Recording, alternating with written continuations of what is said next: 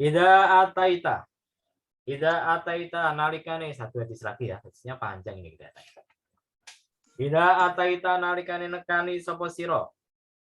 Majja'aka enggon turu sira. Watawaddo maka wudu sapa sira.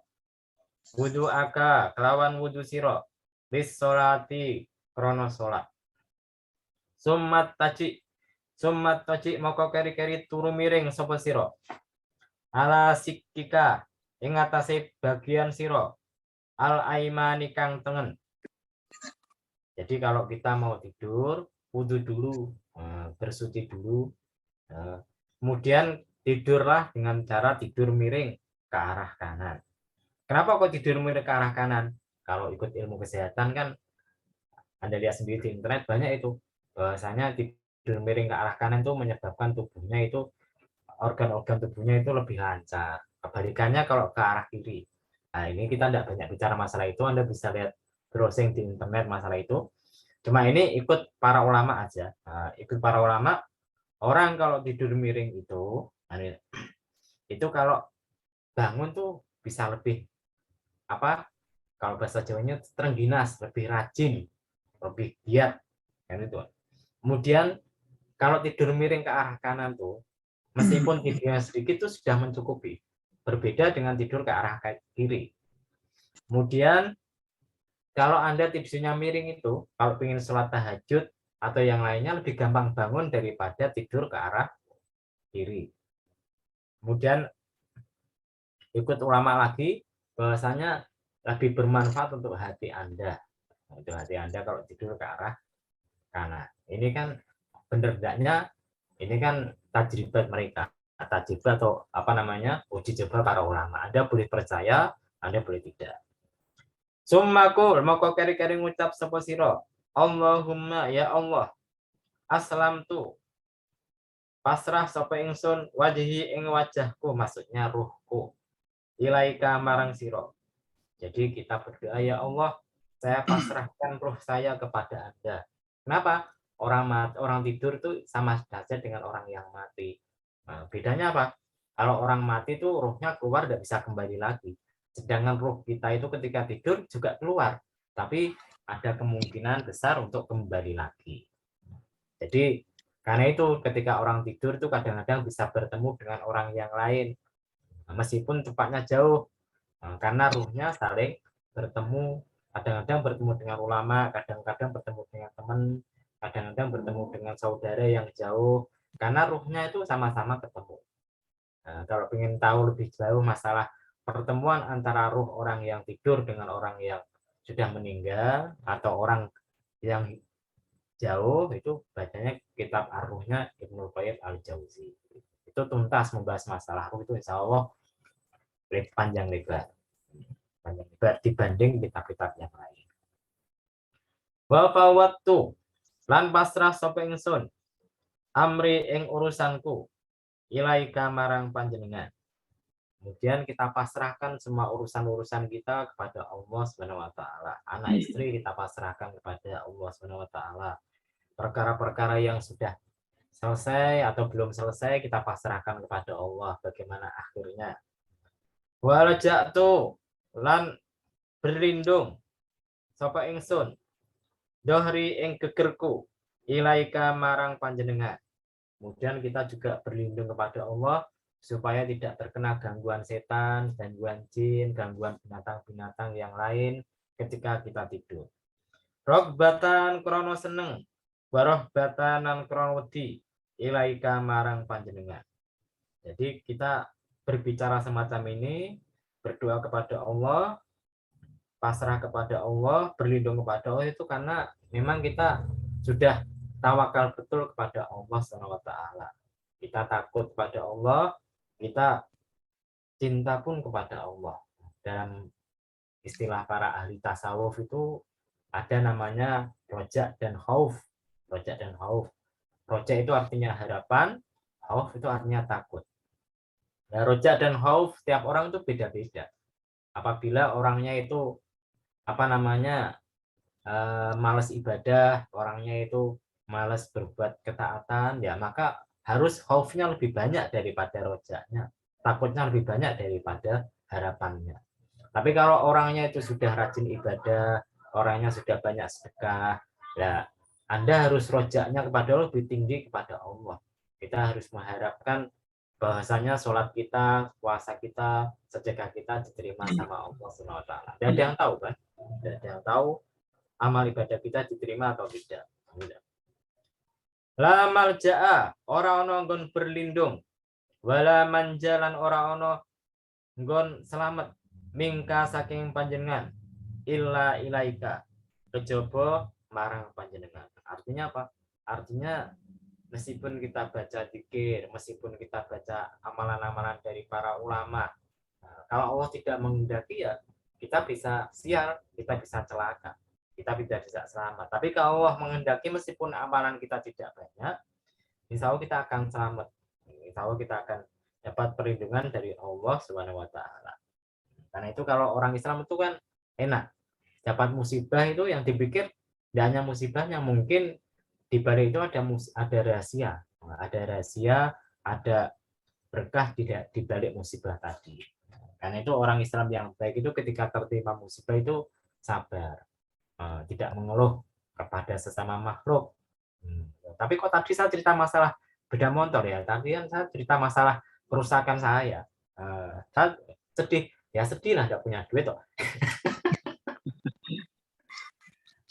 Ada kan, saya tuh dandan motor habis banyak itu, hampir berapa ya, mungkin 850-an ada itu. Tapi ya ternyata tidak ditakdirkan motor itu lagi. Ada hikmahnya dapat motor baru meskipun diutangi sama ibu dan saudara saya.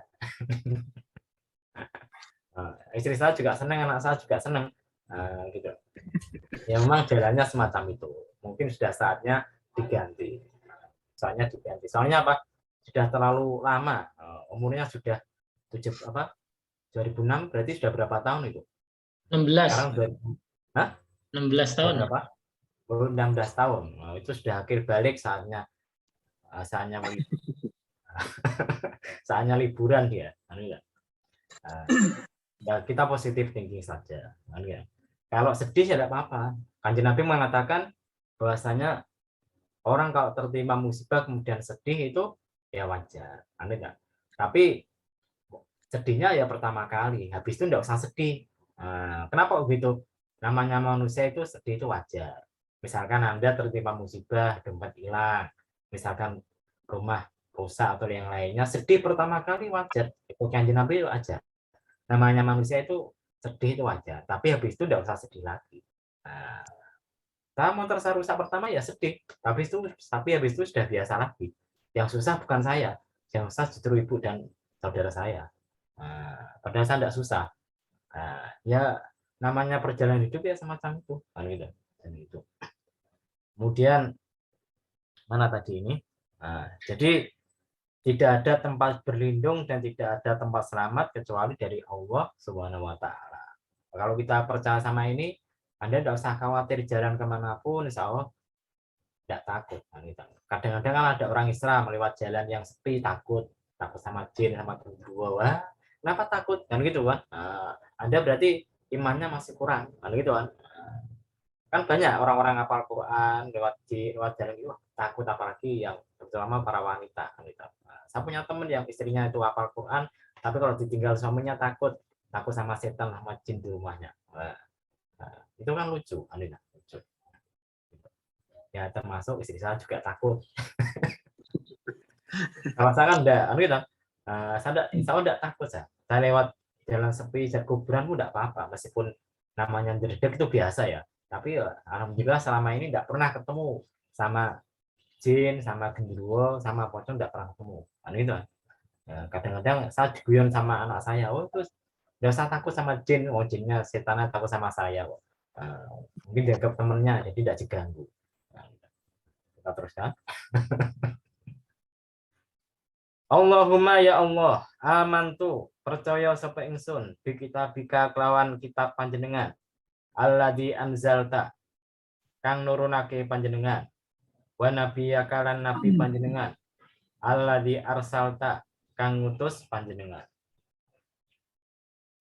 Rawahu watake ing hadis sapa Al-Bukhari sama Bukhari wa Muslimun Imam Muslim. Jadi hadis ini sudah sahih, tidak perlu diteliti lagi. Riwayat dari Al-Barra bin Azib. Jadi ceritanya Al-Barra bin Azib itu dikasih tahu Kanjeng Nabi ini.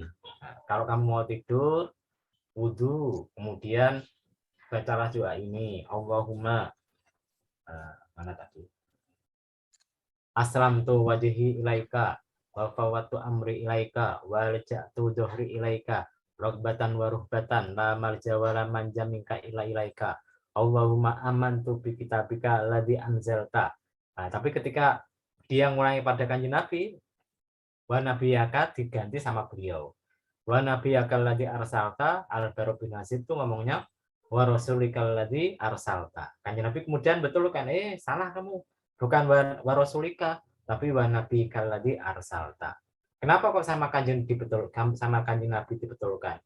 Ini ada beberapa penafsiran. Penafsiran pertama, karena lafaz nabiyika itu mencakup kerasulan dan mencakup kenabian. Maka Rasulullah pakai wa nabiyika bukan alladzi arsalta. Penafsiran kedua, kalau pakai wa rasulika itu kadang-kadang bisa keliru. Rasulika itu bisa Kanjeng Nabi, bisa malaikat Jibril. Nah, yang ketiga itu ikut para ulama, ini namanya doa. Dan doa itu biasanya pakai lafaz-lafaz tertentu.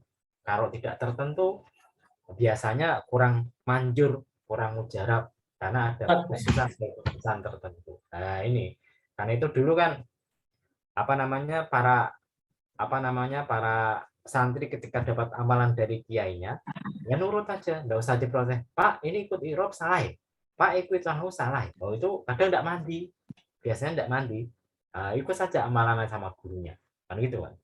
Kenapa? Ya gurunya itu dapat dari guru sebelumnya dapat dari guru sebelumnya. Insya Allah itu mutasil sampai yang memberikan amalan tadi. Jadi tidak usah dirubah-rubah. Nah, kenapa kok dirubah-rubah? Ya cukuplah sesuai dengan ajaran dari yang memberikan wiritan tadi. Nah, karena itu kadang-kadang orang zaman dulu itu lebih mujarab, lebih mustajab daripada kita, karena kadang kita itu sok keminter. Ahli nahwu kemudian dibetulkan. Oh, ikut ilmu nahwu ini bacanya keliru ini. Ikut sorab keliru ini. Nah, padahal kan amalan tuh ya tidak keliru dari orang yang tua. Nah, jadi dulu kan pernah ada cerita kan, ada seorang seorang biasa dikasih amalan sama sama seorang kiai. Ya hayu ya qayyum, ya hayu ya qayyum. Akhirnya diamalkan betul, tapi karena ngajinya kurang pintar jadinya ya kayumu ya kayuku, ya kayumu ya kayuku, kan gitu. Tapi gara-gara ngamalkan itu dia bisa jalan di atas air. Bisa jalan di atas air. Ketika ketemu sama mubalek atau kiai ustadz, disalahkan, oh kamu keliru, yang betul tuh ya hayu ya qayyum, bukan ya kayuku ya kayumu, kan gitu kan. Oh gitu ya. Tapi kemudian ketika habis dibetulkan semacam itu, ternyata si yang betulkan itu